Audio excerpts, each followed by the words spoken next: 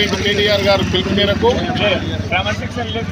రాష్ట్ర ప్రభుత్వం రైతు భరోసా కింద ఎకరాకు ఎలక్షన్ల కన్నా ముందు 15,000 వేస్తాము సంవత్సరానికి అని హామీ ఇచ్చి ఒక దప్ప రైతు బంధు ఎగగొట్టి ఇప్పుడేస్తాం అప్పుడేస్తాం దసరాకి వేస్తాం దీపావళికి వేస్తాం సంక్రాంతికి వేస్తామని జూట మాటలతో కాలం గడిపి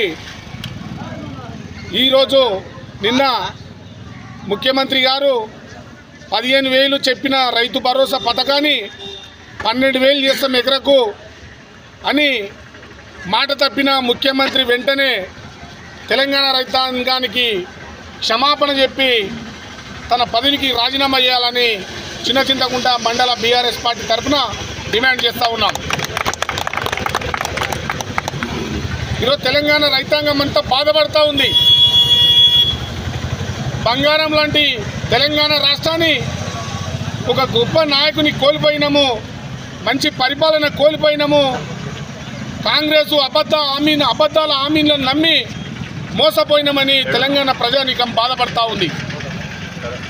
ముఖ్యమంత్రి గారు పరిపాలన పక్కన పెట్టి ఈరోజు ప్రజలను మోసం చేసి కుర్చీ మీద కూర్చొని రోజుకో మాట చెప్తూ పూటకో మాట చెప్తూ ప్రతిపక్ష నాయకుల మీద అరవడమే తప్ప ప్రజలకు చేసింది ఏం లేదు. 2 లక్షల రుణమాఫీ అని ఇప్పటికి కూడా 2 లక్షల రుణమాఫీ పూర్తి కాలేదు. 2,000 పెన్షన్ను మేము గెలిచినామన్నా డిసెంబర్ 9 తారీఖు రోజు 4,000 చేస్తామని చెప్పి సంవత్సరం గడిచినా కూడా 4,000 చేయలేదు. రైతు కూలీలకు భూమి లేని రైతులకు 12,000 ప్రతి సంవత్సరం ఇస్తామని చెప్పిండ్రు, ఆ డబ్బులు ఇవ్వలేదు. ప్రతి ఆడపిల్లకు 2,500 పెన్షన్ ఇస్తామని చెప్పి ఆ డబ్బులు ఇవ్వలేదు. అలాగే ఈనాడు కళ్యాణ లక్ష్మి కింద 1,00,000 రూపాయలతో పాటు తులం బంగారం ఇస్తామని చెప్పి కూడా అది కూడా ఇవ్వలేదు.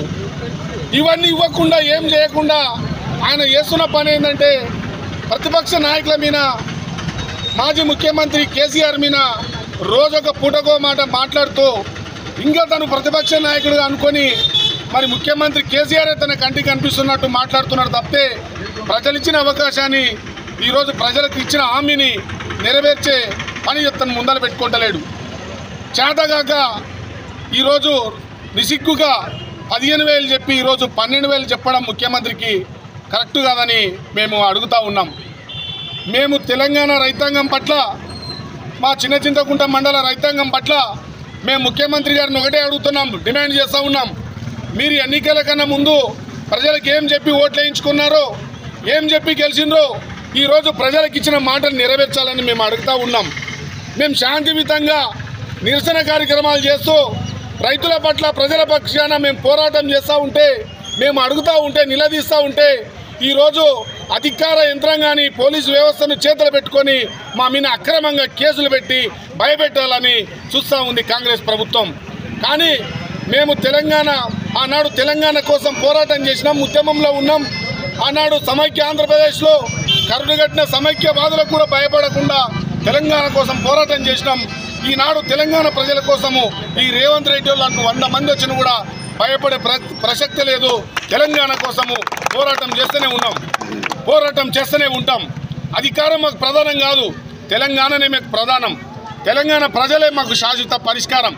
తెలంగాణను ఎప్పుడు అభివృద్ధి చేయాలనే ఒక కఠినమైన నిష్ఠతోన ఈరోజు కేసీఆర్ గారు ఆనాడు తెలంగాణ కోసం ఎలాగ బయలుదేరినరో ఈరోజు అధికారం లేకపోయినా కూడా మేము తెలంగాణ కోసం ఎప్పుడు కూడా ప్రజల పక్షాన ఉంటాం. కాబట్టి కాంగ్రెస్ పార్టీని, ముఖ్యమంత్రి రేవంత్ రెడ్డిని డిమాండ్ చేస్తూ ఉన్నాం.